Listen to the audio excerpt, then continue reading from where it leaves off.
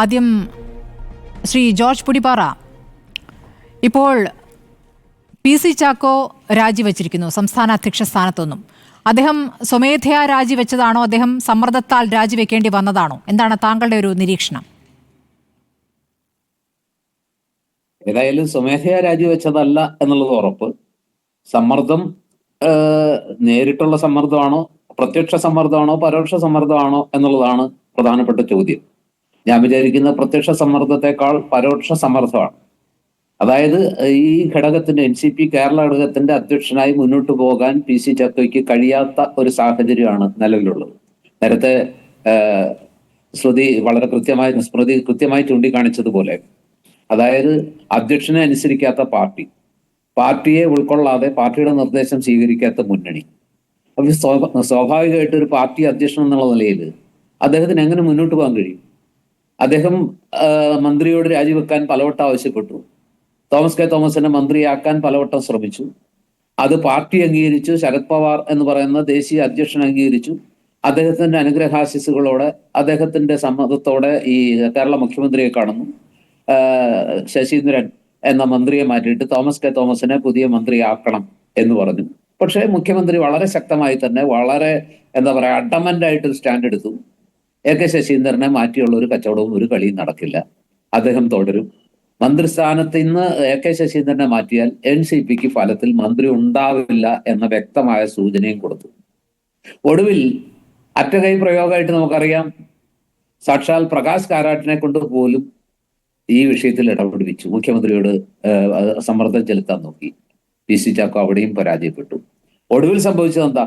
PC Chacko ആർക്ക് വേണ്ടിയാണോ ഈ കളിയെല്ലാം കളിച്ചത്, ആരെ മന്ത്രിയാക്കാനാണോ ഈ പണിയെല്ലാം പണിതത്, ഈവൻ മുഖ്യമന്ത്രിയുടെ അടുത്ത് പോലും പോയി അദ്ദേഹം ഒരു സംസ്ഥാന അധ്യക്ഷൻ എന്നുള്ള നിലയിൽ അപമാനിതനായി, അല്ലെങ്കിൽ അദ്ദേഹത്തിന് ഒന്നും മിണ്ടാനാവാതെ ഇറങ്ങിപ്പോരേണ്ടി വന്നു. ഇതെല്ലാം ചെയ്ത വ്യക്തി ശ്രീ തോമസ് കെ തോമസ് ഇപ്പൊ ഏത് ക്യാമ്പിലാണ്? തോമസ് കെ തോമസ് ഇപ്പോ ശശീന്ദ്രന്റെ കൂടെയാണ്. PC ചാക്കോ ഒറ്റപ്പെട്ടു. അപ്പൊ സ്വാഭാവികമായിട്ടും ഈ NCP നേരത്തെ പറഞ്ഞല്ലോ, അതായത് കോൺഗ്രസ് പാർട്ടിക്കകത്ത് സ്വാതന്ത്ര്യമില്ല, അഭിപ്രായ സ്വാതന്ത്ര്യമില്ല, നിൽക്കാൻ പറ്റില്ല, ഏകാധിപത്യം നടക്കുന്നു, തനിക്ക് ഒരു റോളും കിട്ടുന്നില്ല, അല്ലെങ്കിൽ താൻ അപമാനിതനാവുന്നു എന്ന ആ ഒരു മനസ്സുമായിട്ടാണല്ലോ PC ചാക്കോ NCPയിലേക്ക് പോയത്. മാത്രമല്ല, കണ്ണടച്ച് തുറക്കുന്ന 2021 മാർച്ച് 10 PC ചാക്കോ കോൺഗ്രസിൽ നിന്ന് രാജിവെക്കുന്നു.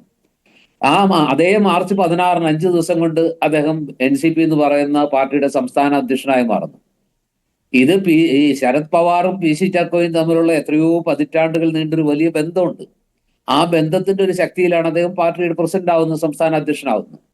അദ്ദേഹം ആ സ്പീഡിൽ അദ്ദേഹത്തെ അധ്യക്ഷനാക്കിയത് NCPയിലെ പലർക്കും അത്ര പിടിക്കാതെ പോയ കാര്യമാണ്. കൂട്ടത്തിൽ കുറച്ച് പേരുണ്ടായിരുന്നു, അത് നമുക്കറിയാം, പലരും ഉണ്ടായിരുന്നു. ഇപ്പോ അതിലൊരാളായ സുരേഷ് ബാബുവിനെ പുതിയ സംസ്ഥാന അധ്യക്ഷനാക്കണം എന്ന് PC ചാക്കോ ഈ രാജിയോടൊപ്പം ഒരു നിർദ്ദേശം കേന്ദ്ര നേതൃത്വത്തിന്റെ മുമ്പിൽ വെച്ചിട്ടുണ്ട്.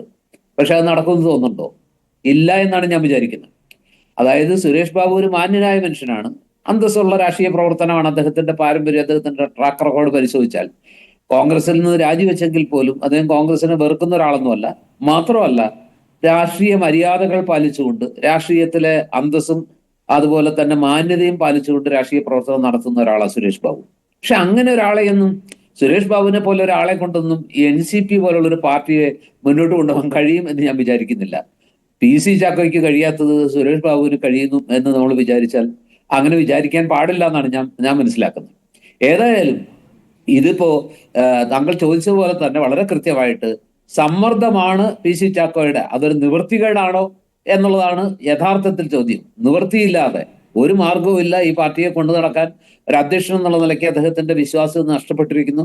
അദ്ദേഹത്തോടൊപ്പം പാർട്ടി അണികളിൽ ഭൂരിപക്ഷമില്ല, നേതാക്കളിൽ മഹാഭൂരിപക്ഷമില്ല, വളരെ ചുരുക്കം പേര് മാത്രമേ PC ചാക്കോയുടെ ഒപ്പമുള്ളൂ. ഈ ഒരു സാഹചര്യത്തിൽ അദ്ദേഹത്തിന് മുമ്പിൽ കരണീയമായ ഒരേ ഒരു വഴി എന്ന് പറയുന്നത് രാജിവെച്ച് അദ്ദേഹത്തിന് മാറുക എന്നുള്ളതാണ്. മാത്രമല്ല, ഇതിനകത്ത് വേറൊരു പ്രശ്നം കൂടി ഇതിനിടയ്ക്ക് സംഭവിച്ചു. ഈ മന്ത്രിയെ മാറ്റാനുള്ള ശ്രമങ്ങളൊക്കെ പരാജയപ്പെട്ടതിന് ശേഷം അദ്ദേഹം ഒരു നേതൃയോഗത്തിൽ പറഞ്ഞ കാര്യങ്ങൾ നെഞ്ചത്ത് നോക്കി, മുഖ്യമന്ത്രിയുടെ നെഞ്ചിൽ നോക്കി പറയാൻ എനിക്ക് പലതും ഉണ്ടായിരുന്നു. പക്ഷെ ഞാനത് പറയാതിരുന്നതാണ്. എനിക്കത് നന്നായി പറയാനും അറിയാം. പക്ഷെ എങ്കിലും ഞാനത് വേണ്ടെന്ന് വെച്ചതാണ്. ഇത് അതേപടി ആ ഒരു ക്ലോസ് ഡോർ മീറ്റിംഗിൽ നടന്ന ആ പ്രസംഗം അതേപടി ഇപ്പോ പാർട്ടി നേതാക്കൾ തന്നെ പുറത്തേക്ക് വിട്ടു. ഇതും കൂടി ആയപ്പോഴേക്കും PC ചാക്കോ കടുത്ത സമ്മർദ്ദത്തിലായി. ഇനി മുഖ്യമന്ത്രിയുടെ അടുത്തേക്ക് പോകാൻ പറ്റുമോ? മുഖ്യമന്ത്രി അദ്ദേഹത്തോട് എങ്ങനെയായിരിക്കും പെരുമാറുക എന്ന് നമുക്ക് ഊഹിക്കാവുന്നതേ ഉള്ളൂ. അപ്പൊ സ്വാഭാവികമായിട്ടും ഇനി ഒരു ഇടതുമുന്നണി യോഗത്തിൽ പങ്കെടുത്താൽ PC ചാക്കോയ്ക്ക് എന്താവും മുഖ്യമന്ത്രിയുടെ ഭാഗത്തു നിന്ന് ഉണ്ടാകാൻ പോകുന്ന അല്ലെങ്കിൽ മറുപടി ഒന്നും നമുക്കറിയില്ല. ഏതായാലും ചാക്കോ വല്ലാത്ത ഒരു ഡൈലമയിൽ, വല്ലാത്തൊരു വിഷമവൃത്തത്തിലകപ്പെട്ടു. ഒരു ഒരു ഒരു വല്ലാത്ത അവസ്ഥയിലാണ് അദ്ദേഹം. പാർട്ടിക്ക് അകത്ത് പിന്തുണയില്ല, പാർട്ടി അണികളുടെ പിന്തുണയില്ല, മുന്നണിയുടെ പിന്തുണയില്ല, പ്രത്യേകിച്ച് മുഖ്യമന്ത്രിയുടെ പിന്തുണ ഒട്ടുമില്ല. ഈ ഒരു സാഹചര്യത്തിൽ അദ്ദേഹത്തിന് മറ്റെന്തുണ്ട് കരണീയമായി? രാജിവെക്കുക. ഇതിന്റെ 10-1 കാരണം പോലും അദ്ദേഹത്തിന് കോൺഗ്രസ് വിട്ടു പോകാനില്ലായിരുന്നു. അദ്ദേഹത്തിന്റെ ചരിത്രം ഒന്ന് പരിശോധിച്ച് നോക്കിയാൽ കോൺഗ്രസിൽ അദ്ദേഹത്തിന് കിട്ടാത്തത് എന്താ ഉള്ളത്? അദ്ദേഹം മന്ത്രിയായിരുന്നു, എത്രയോ ചെറുപ്പത്തിൽ മന്ത്രിയായി, എത്ര തവണ MP ആയി. അത് കഴിഞ്ഞ് അദ്ദേഹത്തിന് വേണ്ടി പാർട്ടി ചെയ്തൊരു ത്യാഗം ആലോചിച്ച് നോക്ക്. തൃശ്ശൂരിൽ തോറ്റ ചാക്കോ അന്ന് ചാലക്കുടിയിൽ ധനപാലൻ ജയിച്ചതാണ്. എന്നിട്ട് ചാക്കോയുടെ സമ്മർദ്ദത്തിന് വഴങ്ങി അദ്ദേഹത്തെ ചാലക്കുടിയിലേക്കും ധനപാലൻ തൃശ്ശൂരിലേക്കും വന്നു. ഒടുവിൽ 2 സീറ്റും കോൺഗ്രസിന് നഷ്ടപ്പെട്ടു. എന്നിട്ടും ചാക്കോയെ കൈവിട്ടില്ലല്ലോ. ചാക്കോയ്ക്ക് അഖിലേന്ത്യാ തലത്തിൽ അക്കോമഡേഷൻ കൊടുത്തു. ഒന്ന് ആലോചിച്ച് നോക്കണം. ഇന്ത്യയിൽ ഒരു കാലത്ത് ഏറ്റവും വലിയൊരു സ്ഥാനം വഹിച്ച ആളാ PC ചാക്കോ. ഈ 2G സ്പെക്ട്രം അഴിമതി കേസിൽ അദ്ദേഹം പാർലമെന്ററി കമ്മിറ്റിയുടെ അധ്യക്ഷൻ. അതൊക്കെ ആയിരുന്നാലും കോൺഗ്രസിൽ ഗ്രൂപ്പിസത്തിൽ മനം മടുത്തായിരുന്നല്ലോ അദ്ദേഹത്തിന്റെ രാജി. അത് പറഞ്ഞിട്ടാണ് അദ്ദേഹം ഡൽഹിയിൽ വാർത്താ സമ്മേളനത്തിൽ കോൺഗ്രസ് ഗ്രൂപ്പിസത്തിൽ മനം മടുത്ത് രാജിവെക്കുന്നു എന്നാണ് പറഞ്ഞത്.